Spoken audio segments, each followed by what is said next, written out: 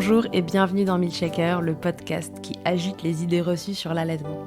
Je suis Charlotte Bergerot-Palisco, la maman d'un petit garçon de 4 ans, et dans la vie je suis ostéopathe spécialisée en périnatalité.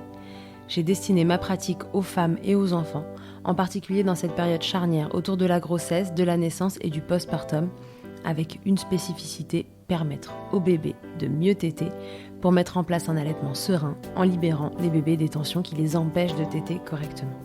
Ce podcast, je l'ai imaginé pour vous offrir des témoignages variés, des expériences de familles qui ont allaité plus ou moins longtemps et avec plus ou moins de facilité. Ici, vous découvrirez l'allaitement sous toutes ses coutures. Vous pourrez aussi vous informer auprès de professionnels, tous spécialisés dans le domaine, qui vous apporteront lors d'épisodes experts les informations les plus justes et vous permettront de vous orienter en cas de difficulté. Mon objectif, il est très simple, offrir ces informations à toute mère, famille et tout professionnel qui souhaite se renseigner sur le sujet. Que chacun puisse faire ses choix de façon éclairée et casser les idées reçues qui circulent pour vous rendre l'allaitement plus accessible, plus facile, normal, banal même, et ce qu'importe vos envies et votre projet. Ce qui aide ces informations à se diffuser pour que le plus grand nombre puisse en bénéficier et qui permet à Milkshaker de continuer de s'agiter, c'est vous, par vos partages autour de vous, sur les réseaux, vos écoutes, mais aussi vos notes ou étoiles sur les plateformes d'écoute. Alors je vous serais très reconnaissante de prendre 1 minute pour soutenir ce projet. Et maintenant, place à l'épisode. On va se parler aujourd'hui des baisses de lactation, de cette sensation qu'on a une production lactée qui diminue alors qu'éventuellement tout se passait bien.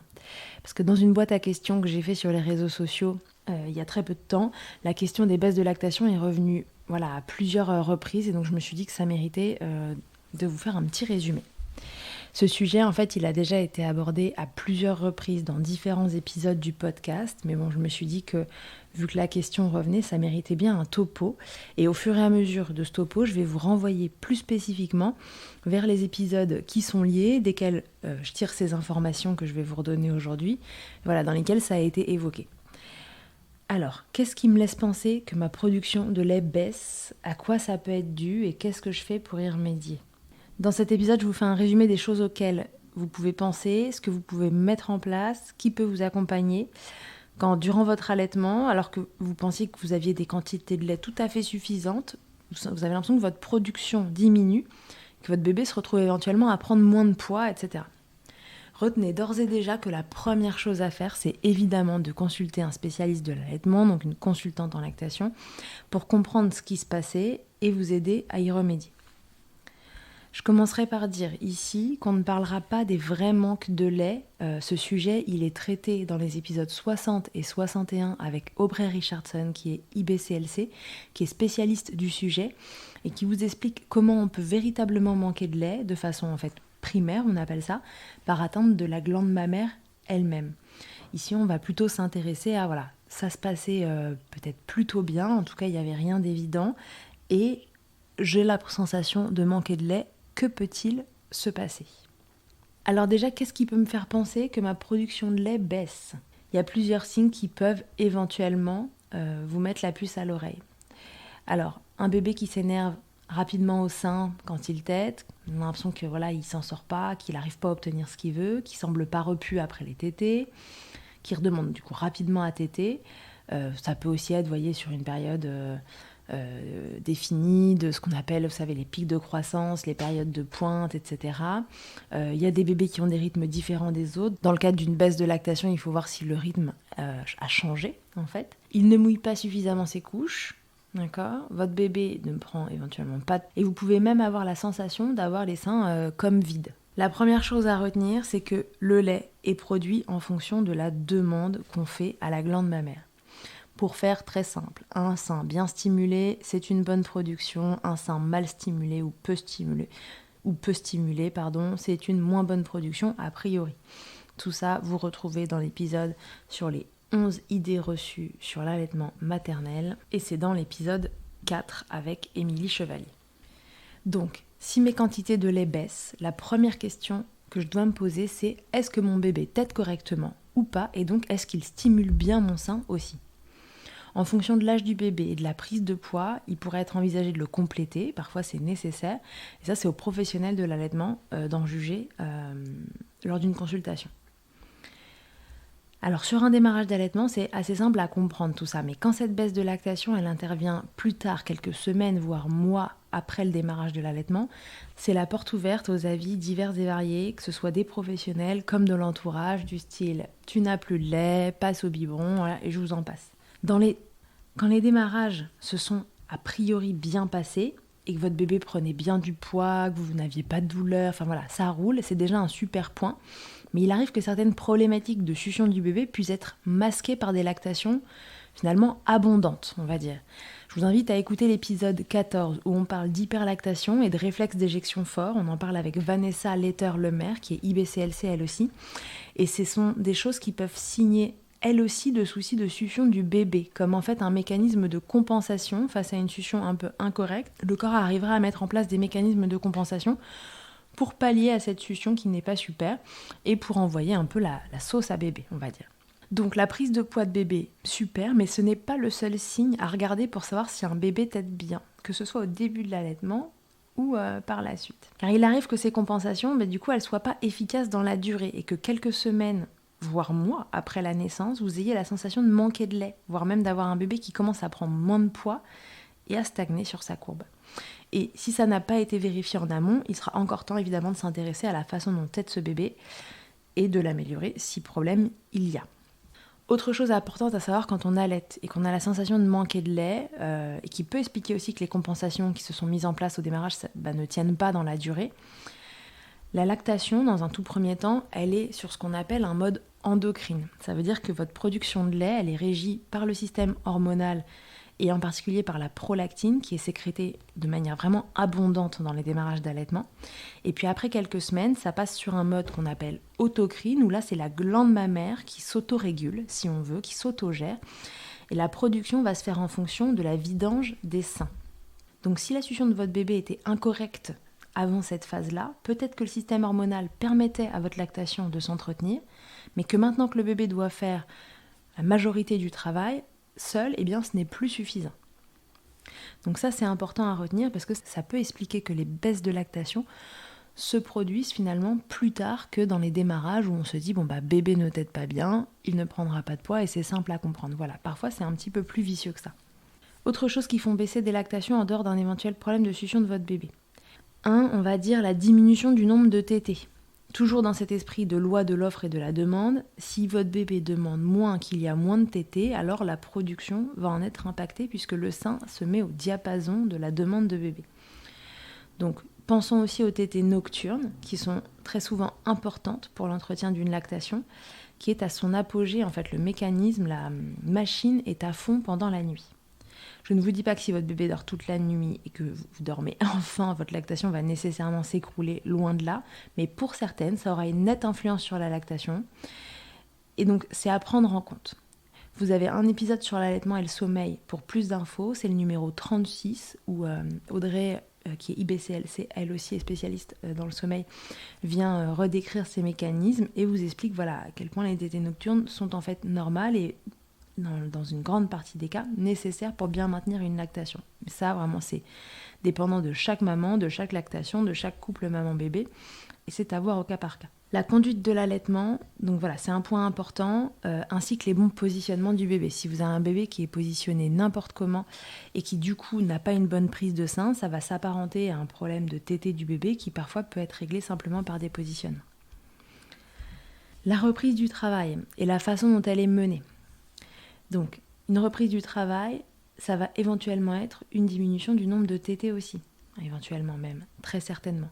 Moins de contact avec bébé, la fatigue que ça génère, évidemment. Pour ça, je vous invite à écouter l'épisode 38 avec Catherine Fontenelle, qui est consultante en lactation elle aussi, où l'on traite de la reprise du travail et de comment la mettre en place. Vous avez une super autre ressource, c'est le blog de Véronique Darmanja, lactissima.com, à tire d'aile, elle comme les ailes d'un oiseau, qui est dédié à cela. Pour des témoignages sur ce sujet, vous tapez reprise du travail dans les mots-clés sur le site de Milchecker et vous serez guidé vers des épisodes en rapport. La fatigue, dont on parle déjà dans la reprise du travail, et on sait ô combien la vie, de façon générale, avec un nourrisson peut être fatigante, et même avec un bambin plus tard. Alors votre niveau d'énergie, c'est évidemment un facteur qui peut influencer votre lactation. L'idée ici, ça va être de prendre soin de soi, de ne jamais oublier une chose très importante, c'est que dans l'avion, en cas de dépressurisation, vous mettez votre masque à oxygène avant de mettre celui de vos enfants. On devrait tout faire pareil dans la vie, c'est plus facile à dire qu'à faire, je vous l'accorde, mais c'est une réalité. Dans la même veine, le stress, l'anxiété, les tensions psychologiques et par extension la dépression du postpartum, qui arrive dans cette période particulière, peuvent avoir un impact sur votre production de lait et aussi sur votre réflexe d'éjection. D'accord, en particulier pour le stress.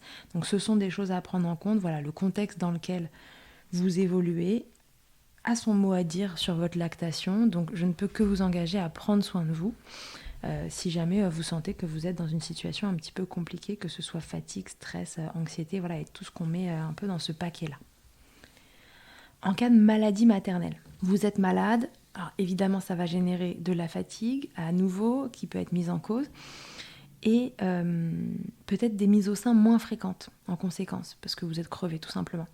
Et parfois aussi, vous avez les traitements qui sont pris dans le cadre de la pathologie que vous avez, qui peuvent avoir un impact sur l'allaitement. Donc là, référez-vous à la personne qui vous suit côté allaitement, vérifiez déjà, souvenez-vous, les compatibilités des traitements avec l'allaitement, et est-ce que ça peut avoir un impact sur votre lactation, et si c'est le cas, est-ce qu'on peut adapter ce traitement-là, et sinon il faudra peut-être relancer la machine après. Ensuite, pensez aux changements hormonaux.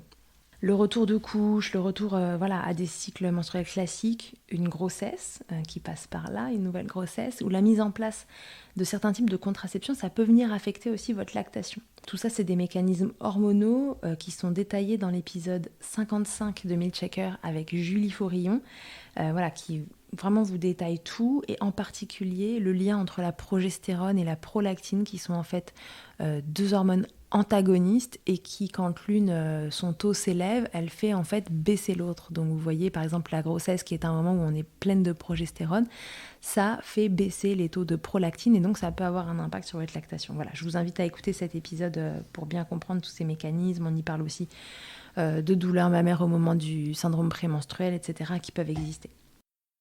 Petit point sur les bouts de sein qui peuvent être des alliés dans les démarrages d'allaitement, quand il y a des douleurs, quand il y a un bébé qui a du mal à s'accrocher et qui sont en fait assez facilement proposés dans les maternités. Souvenons-nous qu'ils sont malgré tout le signe que quelque chose ne fonctionne pas normalement et l'écran qu'ils créent entre vous et la succion de votre bébé, ça va avoir tendance à diminuer le transfert de lait et donc à ne pas très bien entretenir votre lactation. Alors, on aura toujours une histoire ou plusieurs d'allaitements entiers qui se passent bien avec un bout de sein, mais c'est une chose à penser si vous êtes sur un allaitement avec des bouts de sein et que vous avez une baisse de lactation, ça fait partie des choses vraiment qui comptent. Donc n'oubliez jamais que la pose de bout de sein doit vous faire consulter un pro formé pour essayer de comprendre quelle problématique nous a amené à les poser et est-ce que c'est une problématique qui peut être résolue pour éviter ce genre de désagrément par la suite. Et pour ça, je vous invite à vous référer à l'épisode 75 avec Catherine Fontenelle qui est IBCLC à nouveau. Et l'épisode est dédié à cet accessoire d'allaitement qui est beaucoup utilisé. Et maintenant, qu'est-ce qu'on fait quand on a une baisse de lactation ? Eh bien, la première chose à faire, évidemment, je ne le répéterai jamais assez dans ces podcasts, c'est qu'on consulte. On consulte quelqu'un qui est formé correctement en allaitement, qui est vraiment spécialisé dans le domaine. Ça peut être une consultante en lactation idéalement. Ça peut être votre sage-femme si elle est franchement renseignée, quelqu'un qui détient un DU d'allaitement maternel, etc. Voilà, renseignez-vous, faites au bouche à oreille. Essayez d'avoir quelqu'un qui connaisse très bien l'allaitement, qui sache tester la succion de votre bébé, parce que là, on va vouloir comprendre si votre bébé tète bien. Est-ce qu'il tète correctement ? Parce que c'est lui qui stimule. Donc, on veut qu'il soit efficace. Toutes les options pour rebooster la lactation vont évidemment être utiles, mais ce ne sera jamais aussi puissant qu'un bébé qui tète bien. Donc, c'est vraiment important de passer par cette case consultation pour essayer de comprendre qu'est-ce qui a amené à cette problématique de baisse de lactation. Vous pouvez donc consommer des galactogènes qui viennent favoriser la lactation en attendant votre consultation. Alors vous avez les tisanes d'allaitement, le fenouil, l'anis, le chardon-marie, le fenugrec, les oléagineux, l'avoine, le riz brun, etc. Donc voilà, c'est des choses qui sont super. Et puis après, il y a aussi d'autres choses qui peuvent vous être prescrites, mais c'est à voir vraiment avec le professionnel de l'allaitement, et éventuellement avec votre médecin pour rebooster la machine. Lune de miel avec bébé, évidemment, là il va falloir être en mode un peu collé serré avec lui, du moins tant que c'est possible et que c'est ok pour vous. Donc du pot à pot, beaucoup de tétés, des tétés nocturnes aussi, souvenez-vous que la lactation est à fond la nuit, du portage, bref, de quoi recréer un climat vraiment de proximité qui vous fera produire un max d'ocytocine et qui viendra soutenir votre lactation. Ok, ça c'est hyper important. Ensuite, vous avez ce qu'on appelle le power pumping, qui peut être aussi un bout de solution. Qu'est-ce que c'est ? C'est de venir en fait un peu surstimuler la glande mammaire pour qu'elle se rebooste et qu'elle se remette à niveau, on va dire. Comment on fait ? Vous mettez votre tire-lait à un endroit où vous allez passer très souvent à côté. Dès que vous passez à côté, vous tirez pendant 5-10 minutes max, avec un intervalle vraiment quand même minimum de 45 minutes, sinon vous passez votre vie entière sur votre tire-lait. Et un minimum de 10 fois dans la journée. Voilà. Le protocole, il est dispo sur le site de la Leche League, donc n'hésitez pas à vous y référer si vous avez besoin. Et puis, surtout, reposez-vous. Voilà, n'oubliez pas le facteur fatigue, stress, etc. Prenez soin de vous. Je sais que c'est pas facile dans ces cas-là, qu'on a peur éventuellement pour sa lactation en fonction du lien avec l'allaitement qu'on peut entretenir. Mais il faut trouver l'équilibre entre mettre en place des choses et en même temps trouver le repos et ces moments cocooning avec bébé, relancer aussi de la façon la plus naturelle possible et ne pas rajouter du facteur stress sur la situation. Et ça, c'est vrai que l'équilibre n'est pas facile à trouver. Donc, en bref, il faut chercher l'origine de cette baisse de lactation. La plupart du temps, une baisse de lactation peut être totalement transitoire et ne cache pas forcément une grosse problématique. Alors le repos, la lune de miel que vous allez faire avec bébé, etc. feront l'affaire en quelques jours. Mais dans le cas contraire, il va donc falloir consulter et éventuellement rebooster tout ça. Là, dans le cas d'une baisse de lactation, vraiment, écouter des podcasts, c'est super et j'espère que ça vous mettra sur les bonnes pistes. Mais ce n'est pas suffisant. Je pense vraiment que c'est là qu'il faut se faire accompagner parce que l'allaitement est vraiment plein de mécanismes qui sont sur le papier simples à comprendre, mais qui sont régis par plein de facteurs et en particulier quand un bébé présente un trouble de la succion. Donc je pense que c'est vraiment important de faire le point avec un professionnel si vous arrive quelque chose comme ça, parce que si vous êtes après tous les 4 matins en train de rebooster votre lactation, vous allez facilement vous épuiser et ce serait dommage de ne pas avoir mis le doigt sur ce qui en est à l'origine, parce que ça vous permettrait de le régler de façon plus définitive. Okay ? Enfin, n'oubliez pas qu'on n'allait pas au détriment de sa santé mentale. Alors voilà, donc vous consultez et vous reboostez tout ça si vous voulez continuer d'allaiter bien sûr et que vous en avez de l'énergie.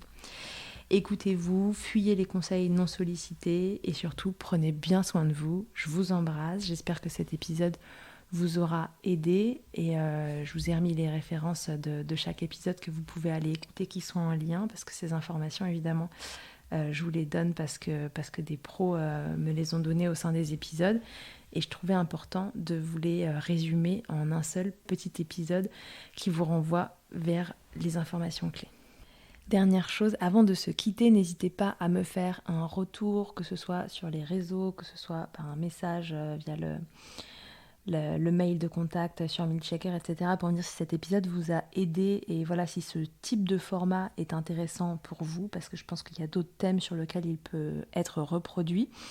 Et puis de façon plus générale, quand vous avez une problématique qui vous embête ou une interrogation, vous avez sur le site de Milkshaker, quand vous êtes dans la rubrique des podcasts, des épisodes du podcast, vous avez en fait une sorte de nuage de mots-clés sur la gauche de votre écran qui va vous permettre en fait de venir cliquer sur certains mots-clés et de voir les épisodes qui ressortent qui peuvent être en lien avec. Okay, j'essaie au maximum de trier pour que ce soit un peu plus fluide, de retrouver les épisodes dont vous avez besoin. Donc n'hésitez pas à l'utiliser. Vous avez aussi, rappelez-vous, le blog. Donc voilà, n'hésitez pas à consulter le site de Milkshaker qui peut franchement vous être d'une grande aide quand vous avez un sujet qui vous tracasse. Voilà. Terminé pour aujourd'hui. Prenez soin de vous et je vous dis à très vite. Merci d'avoir écouté cet épisode. S'il t'a plu, je te rappelle que tu peux t'abonner, noter sur ta plateforme d'écoute préférée et faire voyager ce podcast pour que l'information circule au maximum. Si tu te rends sur milkshaker.fr, tu trouveras tous les épisodes depuis 2020. Ils sont là pour t'apporter toujours plus d'informations et de transmissions autour de l'allaitement maternel. Si tu préfères lire ou bien que tu es coincé sous un bébé qu'il ne faut pas réveiller, sache que tu y trouveras aussi le blog de Milkshaker. Chaque semaine, c'est un article qui sort pour avoir accès aux informations délivrées par des professionnels du podcast, et plus encore. Enfin, si tu me cherches en tant qu'ostéopathe pour toi ou pour ton bébé, tu peux me retrouver à Suresnes dans les Hauts-de-Seine au centre IG4U que j'ai créé en 2020, sur mon site internet charlotte-bergerot.fr, et pour la prise de rendez-vous, ça se passe sur Doctolib. On se quitte en musique avec Emma et son titre Blinded, écrit et composé en collaboration avec Nemen. À très vite pour un nouvel épisode et d'ici là, n'oubliez pas, prenez soin de vous, milkshaker autant que vous le voudrez et bousculons ensemble les idées reçues sur l'allaitement maternel.